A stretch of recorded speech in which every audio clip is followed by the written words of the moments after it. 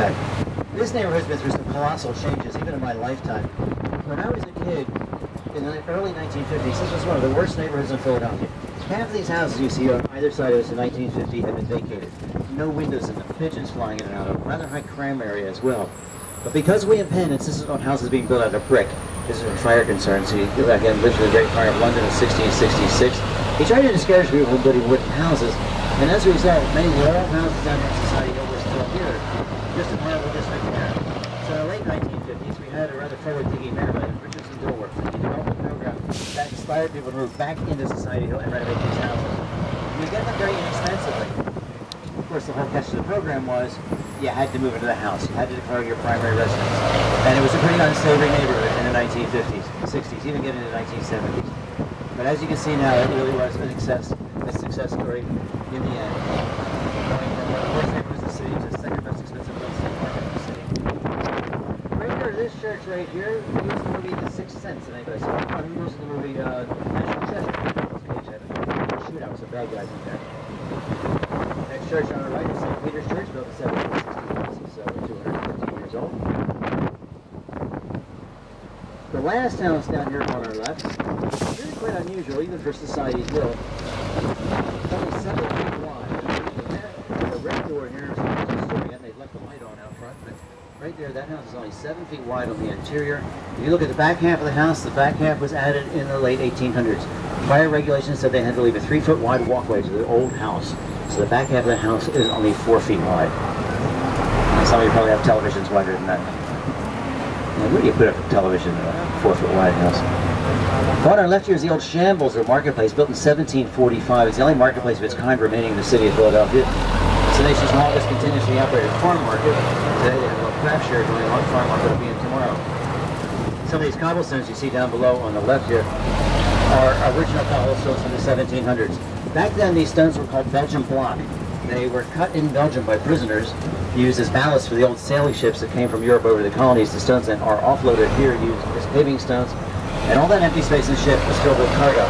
There's far more cargo traveling from the colonies back to Europe than was coming in the other direction. This is our stop 18, our South Street stop. Anybody getting off at South Street today? Stop 18. Somebody say yes there? Somebody on South Street. Nobody up top. Nobody downstairs. South Street. South Street originally called Cedar Street by William Penn, but it was the southernmost street in his new city, so I picked up this nickname of South Street as a nickname that stuck. Then we go around the block here, we're going to turn onto Front Street. There is no First Street in Philadelphia, it's called Front Street. And in Benjamin Franklin's day, all of the wharves and piers went out into the Delaware River from Front and Water Street. So in Benjamin Franklin's day, the Delaware River would have been right here at the foot of South Street. Well, now at the foot of South Street is Interstate Highway 95, and the river is just on the other side of the highway. We'll get a real nice look at it once Karen makes this next turn here. It'll be off on our right-hand side. Everything on the other side of the Delaware River is the state of New Jersey. Everything on this side is the state of Pennsylvania.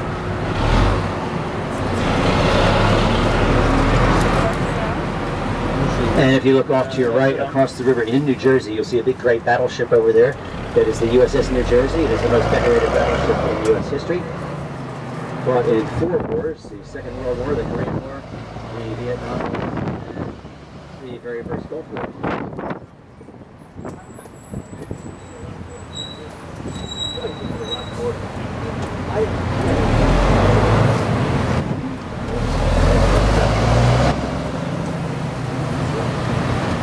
On our side of the river, you see there an old sailing ship. That's the Mushelo, one of the few 4-masted square riggers still afloat. Mushelo was built in 1901, so ships like that were still being made even into the 20th century. This one's been converted into a restaurant. It's a nice place for lunch or dinner. It's permanently moored here in Philadelphia. There's a small park coming up on our right-hand side here. This is our Vietnam War Memorial. Like the memorial in Washington, D.C., there is a kind of wall engraved on the kind of wall are names of over 600 Philadelphians who died in the war. 10% of the names on the wall are one high school alone here in Philadelphia. Thomas Edison High in North Philly lost more students to the war in Vietnam than any other high school in America.